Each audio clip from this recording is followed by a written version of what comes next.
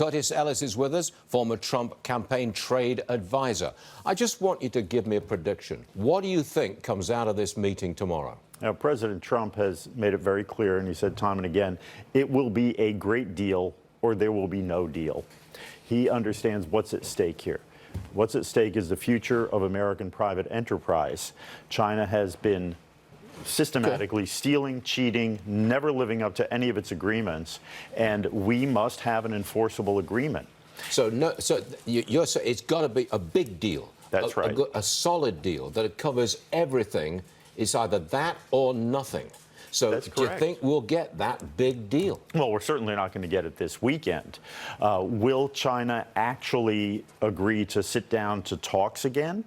I don't even know if we're going to get that. They're making these noises that we have to get rid of the tariffs that are in place before they're going to even talk. We have to take Huawei off. I don't mean to interrupt you, but isn't that posturing? Right. You take the hard line in public before you get into the meeting, and then all bets are off, because who knows what happens in the meeting. Exactly. That could very well be posturing. I mean, these things are thinly sourced. These stories are thinly sourced, saying this is going to happen, that's going to happen. Yeah. How many times have we seen this before, that the stories never turn out to be true? The deal was ready to be made, and then we heard in May, the deal was ready to be made, ready to be signed. Xi's going to come over for the signing, and then what happens? The whole thing blows up. Now, we're hearing a lot of people on Wall Street use this expression, a trade truce, which would be, I guess, sort of an agreement to just keep on talking.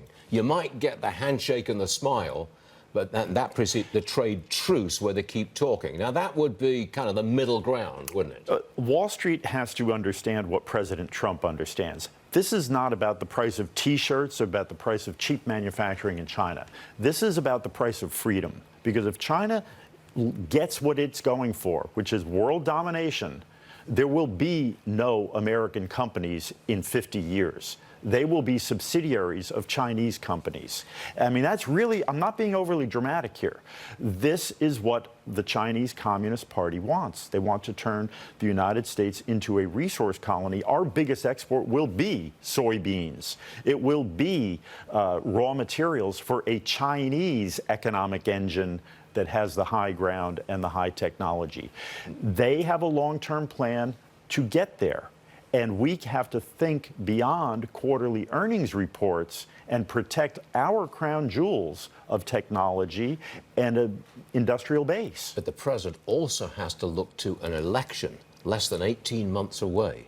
And he knows that if the economy goes into a tailspin because of a China trade war, he don't get reelected. The economy's been in a tailspin for 40 years because of China's trade war. But look at what's been going on for the last 2 years, Stuart. Look, the 3.1% growth, inflation is flat, investment is up, wages are rising.